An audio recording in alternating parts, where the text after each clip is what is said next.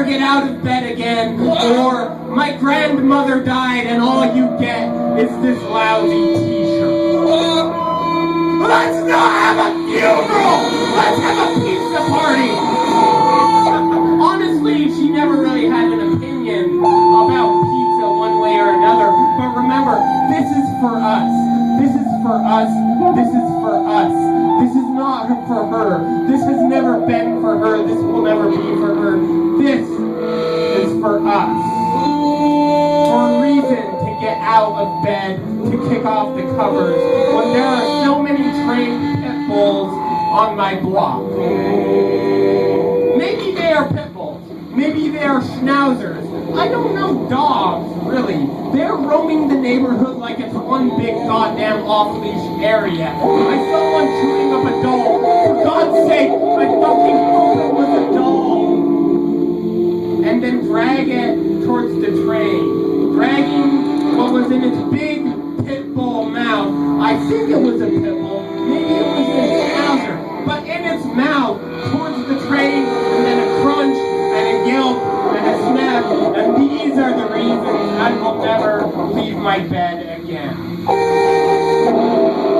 Reason 1, the sky, it promised to fall, and it lied. Reason 2, the ground, it hasn't yet, but will one day just splinter and part, sending me straight through to hell or Novopariskus, however you pronounce it. Siberia. I don't trust my floor. Reason number 3, the mini fridge. It's right there, and I have lots of warm milk and cold pizza, and I don't even have to roll out of bed to reach it, right? Reason number 4, the trees outside my apartment complex. As we've established, nature is menacing! Menacing! Seattle is on a fault line and my friends are already rowing away. No one is to be trusted. Reason number 5, nostalgia. I have so many good memories here in my bed. Reason number 6, nostalgia.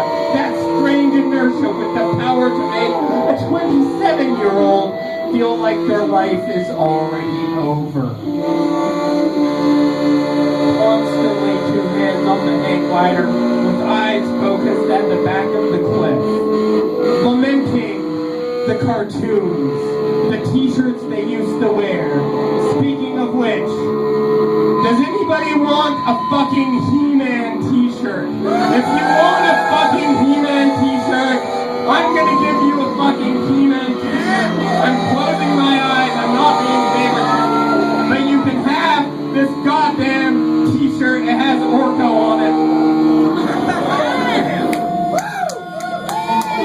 Life is over. Say nothing of the hawks, crows, swallows, bats, pterodactyls, all the swooping nostalgia, the thin, slick thinking that takes you out of races, back to bed, depressed because no one makes those t-shirts anymore. You'll have to wait for some asshole to throw them to you. Let's not have a funeral. Let's print t-shirts and never wear them, except for at family reunions, where everyone hugs a little too long. I will never leave my bed again, I said, giving myself plenty of interpretive leeway for my leave, and again, knowing poetic may be the worst kind of license, but it's the only one I'm good at. Knowing the new season will not be as good as the old season. I have only just now really started getting into fall. Now the trucks are pulling up outside and my visible breath traces the moon. I hear yelping and gunfire and scuffling near.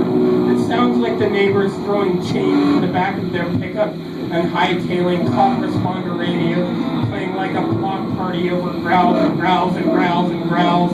I curl hard into my knitting blanket, but I can't resist a pop-up to look. Someone without a shirt and barely pants, yelling and yelling. I swear to God there's macaroni and cheese over his nipples.